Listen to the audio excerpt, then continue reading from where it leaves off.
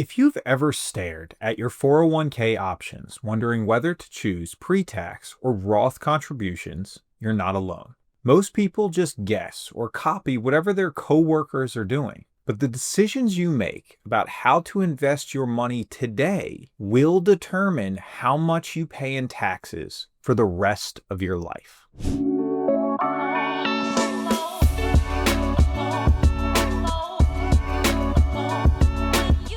Here's the common misunderstanding. People think that pre-tax is automatically better because you saved taxes today. Or they think Roth is obviously better because in the future it's tax-free. But the truth is, it depends. And understanding why it depends will make you smarter than 90% of investors out there. When you choose pre-tax or traditional contributions, here's what happens. You don't pay taxes today on the money you contribute. It goes in before tax.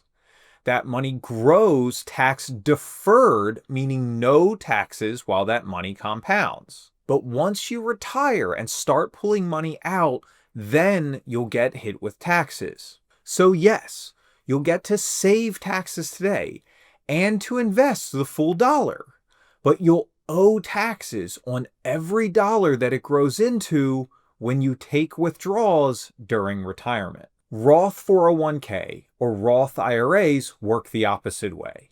You do pay taxes today, so your contribution is with after-tax dollars. But now your money grows tax-free, and when you withdraw it during retirement, there are no taxes at all. Let me give you a quick example. If you earn $20 and you decide to contribute into your Roth 401k or Roth IRA, you're going to pay taxes on that 20 bucks. Let's say that your taxes are $5. Now you have $15 to invest into the account. Let's say you invest that $15 and you buy a stock, and that 15 bucks in 30 years turns into $1 million. Since you already paid taxes on the $15 before it went into the account, there are no taxes due at all when you go to take withdrawals from your Roth IRA. Even though you had 15 bucks turn into $1 million, there's still no taxes due. So instead of deferring taxes like the traditional option, you're getting them out of the way now. Ultimately, we're making a pay now or pay later decision. There's no avoiding taxes. It's all about finding the most optimal time to pay them. Here's a quick example. Let's say that you want to contribute $100. With a pre-tax, you get to invest the full $100 into your account. With a Roth option, if you're in a 20% tax bracket, you only get to invest $80. The advantage is compounding growth on $100 instead of $80. And over time, that can also make a big difference. So it sounds like the pre-tax wins, right? But fast forward 30 years from now, that $100 could grow into $100,000, and now you're paying taxes on all of it. This idea further compounds the longer you let the pre-tax money grow, the bigger the bucket you have to deal with for taxes in retirement. This is why waiting until RMDs kick in isn't always the best path for drawing retirement income. With a Roth option, you may end up with slightly less because of the compounding on $100 versus only $80, but there's no taxes due when you go to withdraw the money during retirement.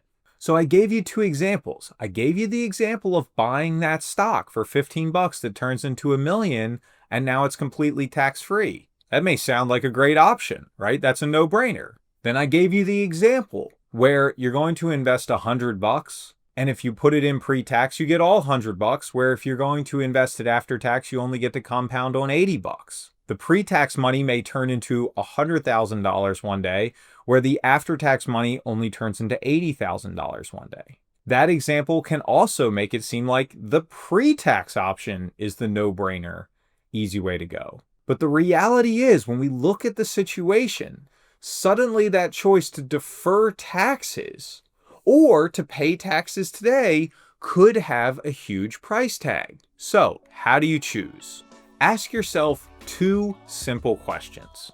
Question 1 is, will I be in a higher or lower tax bracket in the future than I am today? This is the most important factor. If you're in a high tax bracket today and expect to be in a lower one later, pre-tax probably makes more sense. In the opposite situation, if you're in a low tax bracket today and you expect to be in a much higher tax bracket in the future, then the Roth may be the better option. Here's a couple quick examples of situations to help guide your decision. But additionally, if you watch until the end, you can find in the description, there's a link to a free guide that you can download that will help walk you through step by step which option will make the most sense for you.